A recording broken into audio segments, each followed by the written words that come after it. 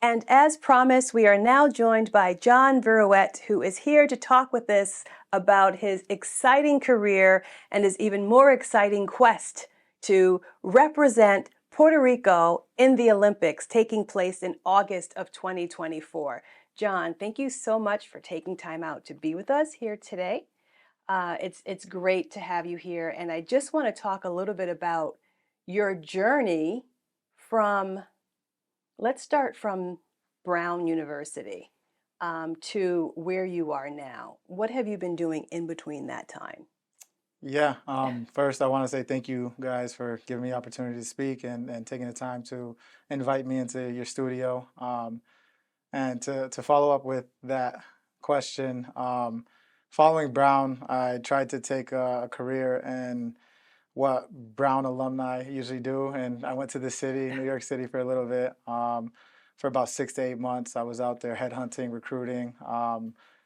Helping pharmaceutical companies build their marketing teams to get rare disease and gene therapy practices out to individuals that need it. And since then, I've came home and started to work on the community. While I was in New York, they presented a bunch of opportunities to work with nonprofits and use my wrestling experience to their advantage to kind of build programs out there.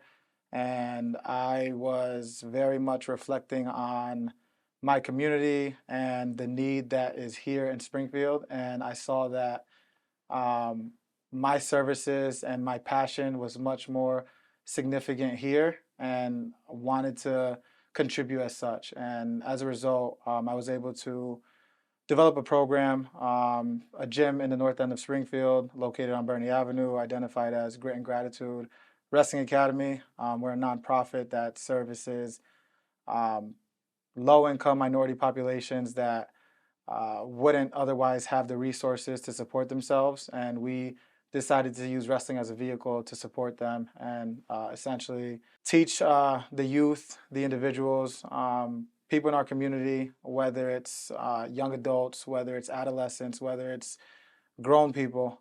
We try to get them in there and put them on the right path with mentors, with coaches, with like-minded people that are all chasing one similar goal to be great, whether it's a great citizen, a great athlete, a great mentor. We're all growing together. We are an established program, but we're only going to get bigger. So we're looking to increase our footprint, but most importantly, our impact is what we're focused on, is our impact on our community, on the kids, and the results speak for themselves. So I think that not only are we successful on the mat, we also have a lot of community service endeavors that we pursue as well. With that, I was able to, pursue my passions, as I said before, and kind of take it to where it's at right now. And with that opportunity, thankfully, I've had the opportunity to pursue an Olympic dream or an aspiration of many wrestlers or athletes in general. Wrestling is a sport that doesn't have a professional career. We don't have the NFL. We don't have an MLB. We don't have an NBA. And the sport itself is very underappreciated in the sense of what we give versus what we get out. Um, I could tell you from experience that the best thing we get is shoulder, neck, and back injuries. And whether we're immobilized at a later age or not, a lot of us have a Yeah, lot of intangibles that are obtained from doing yeah. such a sport. And I think confidently I can say Olympic medal or even Olympic participation is definitely the epitome of the sport in Right. So general. it's basically it's the pinnacle Yeah. because there is no professional league like you were saying. Hmm. So if you are a wrestler as a child, I was talking with your coach a little bit earlier, Jose Escribano, who Hmm. is also our chief of family and community engagement and also your coach. And he was saying, if you are a serious wrestler as a child, that's your dream is to go to the Olympics. So I just want to kind of talk about that a little bit because now as somebody who's chasing the Olympics, as somebody who's mentoring the youth, you're surrounded by young people who you were when you Hmm. were at that age. So let's talk about sort of the things that molded you to be in this position today. You mentioned that mentoring is an important part of your organization that you run. Um, who did you as a young person surround yourself with in terms of mentors, maybe older people and the kind of people who were your own age that you surrounded yourself with? To be honest, I would say, it goes a long way that the support from my community got me to where I'm at today. I would confidently say that without, the teachers, the family, the friends, the support that we did have, there wouldn't be Jon Viruet that you see today. There wouldn't be as many accolades. There wouldn't be as many trips that we hear about. But I would say early on in my career, there was a few coaches, including Jose, including Aníbal Nieves, including Rodney Smith, another Springfield native. I have to give a shout out to bronze medalist Yes, a from legend. Putnam. Yeah, went to Winnick, so stayed in the city, is serving the city, is on our Yes, board at the gym. Couldn't be awesome. more grateful for someone like that. He could be doing a lot of other things, but he's here working with us, developing the youth, developing our program, and assisting me in my endeavors. But I would say that aside from the work that I put in and that is required of wrestlers in general to be great, there always has to be somebody that has that vision for you and puts it in you and kind of instills it at a young age. And whether I took advantage of it or not at a younger age, Yeah, I now see what they were doing as I'm in their shoes now, trying to motivate right. my children, my students. Hey, you're special and you have something that other people don't. Have you ever considered wrestling on an international scale? Have you ever considered making a national team? And A there are, suggestion, sometimes the power of a suggestion towards a young person is so significant. and this opportunity itself, like I would say, Aníbal Nieves, the one that I mentioned, is a two-time Olympian for Puerto Rico and ended up coaching and having some pursuits here in Springfield on the athletic side. So him being present and having that connection to the island as well as knowing what's required and kind of seeing that gift within myself, he was a big push for me. Hmm. He Yep. always wanted me to pursue something like this. And like any other kid in Springfield, like, all right, coach, whatever you say, like time will tell, time will come. And I never really took it seriously until recently, I guess. And Yep. it was only a matter of time, I guess, in his eyes. But for me, it kind of just, it was timing. Timing had to work out. Opportunity had to present itself. And, when those two are combined, then there are realities and results that we see before us. Yeah, but I have to beg to differ, right? Because you said you never really took it that seriously, but you don't get to this stage if you weren't continually working Mm. on your art and craft and sport and training, right? So you have always had to have your head in the game.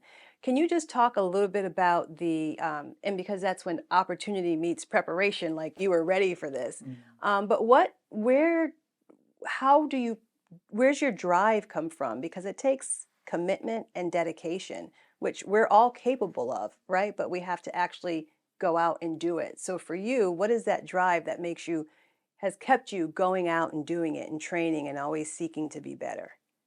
Uh, Reflecting on it now, and kind of seeing it now versus where I was several years ago, I would say, big shout out to my father, Ricardo Viruet. He's a police officer on the force here in Springfield, and he's always had a sincere, a deep care for his community. Whether he was to benefit or not, he always looked out for those that needed the help or those that asked for help. And he was a father figure to a lot of people, a lot more people than they'd like to admit. But I feel like a lot of his pursuits or even his contributions to my teammates, to my career, toward our family, kind of spoke up to what was expected of me as I got older and as a leader in our community, what I should be doing.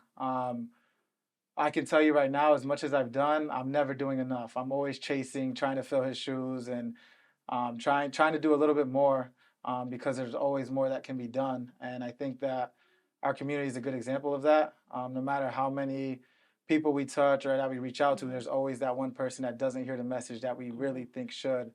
I would like to give a shout out to a couple people that were big influences of mine in the public school system, including I'll start with Mr. Rice at Central High School. I decided to take a break from wrestling. Surprisingly, a lot of people don't want to hear that, but my senior year, I took a break. I was wrestling all year round, and Senor Rice welcomed me with open arms into the cross country game and taught me what it was to control my breathing and go long distance. And there's that physical adversity piece, but I think it goes unsaid that he influenced my decisions a lot more than he realizes, in terms of he is a phenomenal history teacher. I'll tell you right now, going into high school, I hated history. He's to the point where not only did he teach me history, he made me take AP US history. Okay, and pushed I you. thought I would never. And I did fairly well in that. I did fairly well in the class. And, just the kind of guy he was. Talk about humility. He, very accomplished individual, swim coach, cross country coach, lifeguard in the summers. Like, I don't want to put his whole business out there, but big influence on what it means to overcome adversity and keep serving your community, because I'm confident and positive when I say he had several opportunities to probably become a professor with the way he teaches. And he's taking it upon himself to give back to his community and, work with students like myself and build champions like myself. And so just from a teaching standpoint, a coaching standpoint, I wanted to give thanks to Mr. Rice and,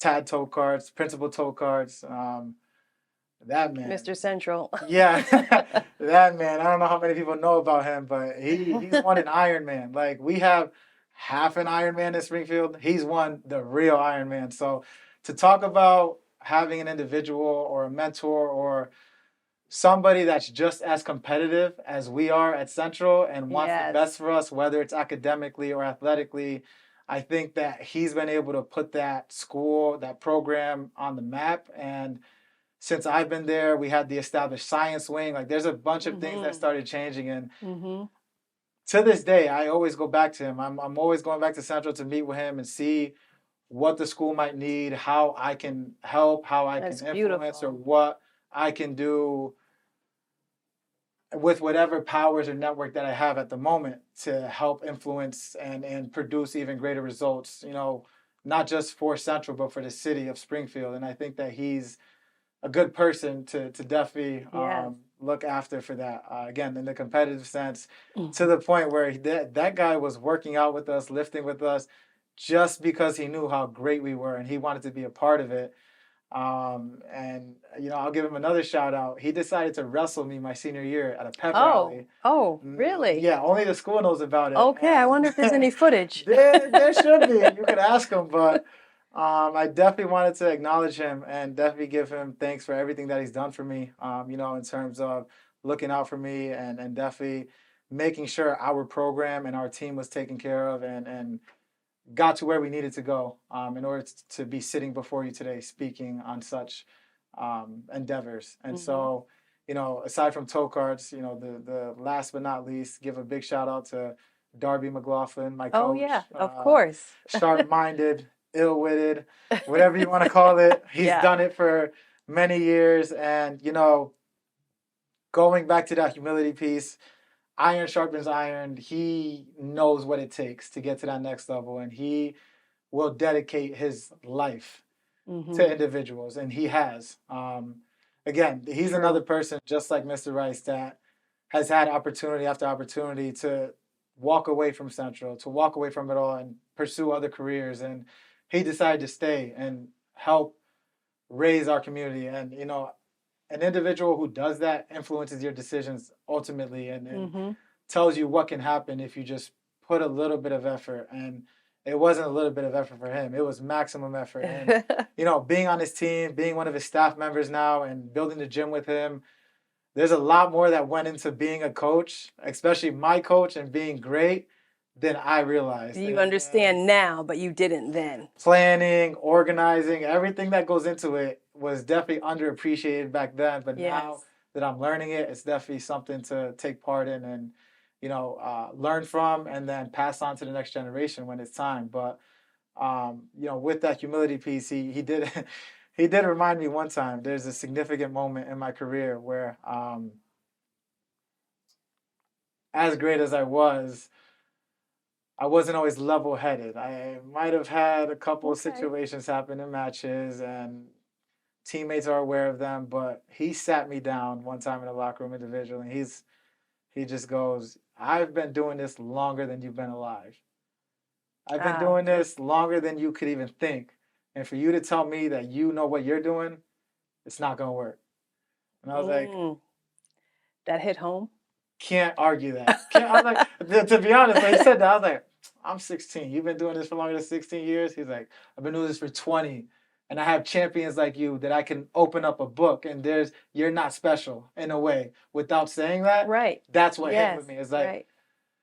as good as I am, he's been here before. He's done it. He's served. He's had national qualifiers. He's had national champs. He's had all of these things before me.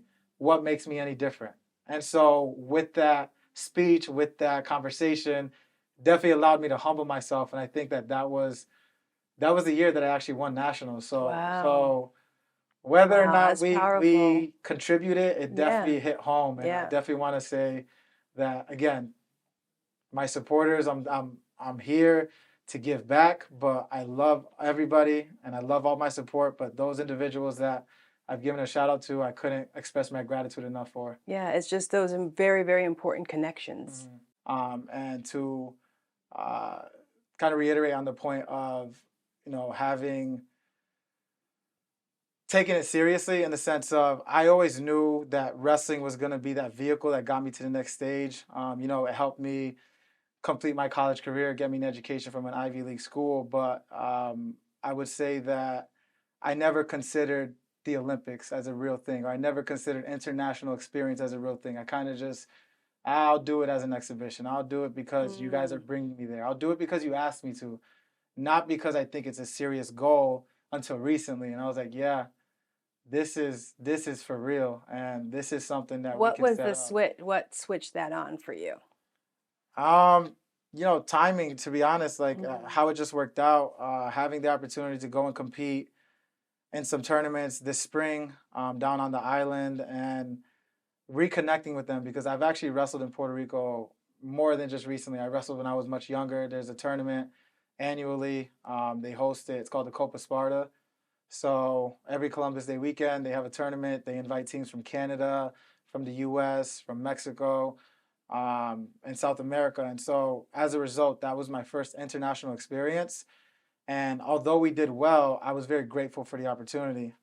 Just to travel.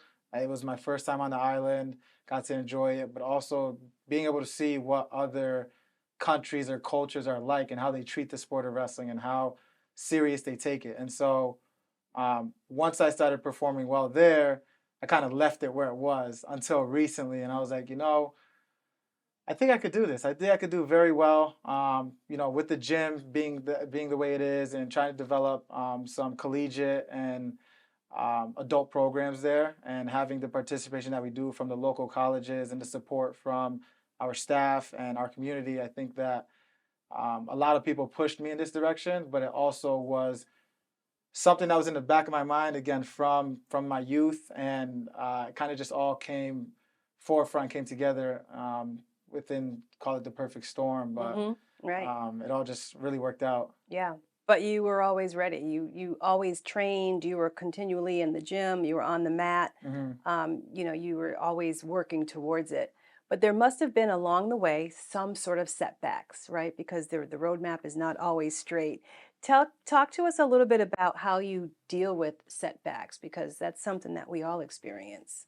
Yeah, I would say that setbacks are a part of life, whether you're an athlete, a professional, and whatever career you decide to pursue. I think what makes a champion is how you deal with those. I think early on in my career, especially in high school, I didn't lose very often, but when I did, I wasn't the happiest, but I learned to accept L's as learning opportunities rather than losses. And if you take Mhm. those and learn from your mistakes, as long as you're not making the same mistake twice, you're bound to improve and get better each day. So, wise men say, as long as you're 1% better than you were the day before, you're doing something right. And so I kind of took that adage and carried it with me throughout my career. And specifically with setbacks, I think that having the right mentors around you or the people to talk to, and having a balance within myself. I know I've spoken on it before, but I think that every career, I would say specifically athletics, but I think that we all got to take care of ourselves at the end of the day. And I think that there's three parts to it. Call it a triangle. It's the strongest shape. It can't really be knocked. So you have the spiritual side, the physical side, and the mental side. And I think if you are imbalanced among those, you're never going to be as successful as you can be. Mm-hmm. Now, I'm not saying people aren't successful without that, but once you understand all three and ultimately sacrifice and dedicate yourself to all three portions, I think that that's where handling setbacks, whether it's prayer, whether it's having conversations with God, whether it's fasting, whether it's, going to church, and then on top of that, where was I lacking? Was I weak in certain positions? Let me go back to the drawing board and ask my coaches what I need to do there. Was this guy just too powerful for me? Do I need to get back in the weight room? Is it something mental? Was I this close to winning and some mental break caused me to lose? So it's all about reflection. Yeah, taking those learning opportunities and again, trying to improve from each one. As long as I'm not making that mistake the second time, I don't care if I lose to the same person 10 times. As long as I lose 10 different ways and it's not the same mistake every time, I'm satisfied because I know that I'm going to be better eventually and overcome adversity. So I would say that that's how I really address setbacks and kind of move forward and keep it positive. That's great. And I think my last question for you is, you may have just answered it actually, like, how do you stay grounded? You have this big worldwide stage, you're doing interviews, you're going all over the world. How do you keep your humble humility? Um, it's funny because I actually had a high school teacher, Miss Young from Central High School. She teaches math, phenomenal teacher. Shout out to Miss Young. Big shout out, Miss Young. And as great as I was in high school and as much as I accomplished, she always reminded me to remain humble. And it took me a while to accept what she was saying, but I couldn't really fathom back then why she was saying it. I would just eventually practice it. She's like, remain humble, remain humble. Every time I left the classroom, stay humble. All right, miss, whatever. Like, I don't know why you're telling me this. I'm 16 years old. I'm on top of the world. I won nationals. Like, I don't need to be humble. I think it's time to, but she definitely kept me grounded. And as I progressed and the becoming of age thing came about, I definitely learned what she meant. And then the spiritual side, definitely understanding how humility practices and how it plays into a character, essentially, how we are as individuals. And no person's better than the next. We all have roles. Titles are very introspective in the sense of like, I don't think a title determines who you are. That might be your job. A lot of us have many different roles, many different hats, but humility allows us to connect and stay grounded and remain cohesive with one another. And I think that with that, opportunity and that practice, it's allowed me to not only set the example for my students, but connect with them on another level that maybe some other role models, mentors, coaches, what have you, might not be able to connect to them. But, with all the accolades and championships and medals they might see me have, they still understand that I'm a normal person that they can talk to. I'm someone from the same city they came from, came up through the Springfield public school system, and having all of these opportunities before me, I'm in the shoes that they're in now, that they can pursue in a couple years, 10 years, 20 years, whatever the case might be. But absolutely, being that example for them as well. Awesome. Well, thank you so much for being here with us at SPS Spotlight. We certainly, all of Springfield Public Schools, joins the city of Springfield and all your trainers and mentors in wishing you all the best as you pursue this amazing dream and goal of representing Puerto Rico and bringing home the gold from the Olympics. And we expect only the best and even greater things to come from you in the future. So keep up the great work. You're an inspiration, and thank you for continuing to come back home to your Springfield roots. Thank you very much. Just want to say I love my community. I love my supporters. And without you guys, it wouldn't be possible. And I want everybody to know that, again, keep that balance in mind, the three parts, the triangle, but know that I was in your shoes once and know that it's possible to pursue your dreams as long as you keep your head on straight and surround yourself with like-minded people. Take it upon yourself to take it as far as you can. Again, not everybody's going to be an Olympian, not everybody's going to wrestle, but there's opportunities and resources out there. You just have to know where to find them and where to look. So I think staying immersed in your community and giving back, again, that's the point of our gym. We're not just grit, we're not just gratitude, we're grit and gratitude for that reason. We like to instill this toughness and this ability to overcome adversity with our students and our athletes and, again, our staff in general. Like, just because we're coaches and we're grown doesn't mean we don't go through adversity. So I want everybody to understand that it's not only overcoming adversity, but it's also giving back, that gratitude piece, being thankful and expressing your gratitude in several different ways, whether it's your community, your involvement, your volunteer time, whatever it might be. Just be the best that you can, and service at the end of the day is you're gonna reap the benefits of what you sow at the end of the day, is what I'm trying to say. So Yep. don't be shy, don't be scared, take that step of faith, and let's make things like this normalcy rather than an anomaly. We want it to be an expectation here in Springfield, and we want to raise our community together. No individuality. We're all together. Let's do it together. Hear, hear. Can't say any more than that. So thank you so much. Thank you.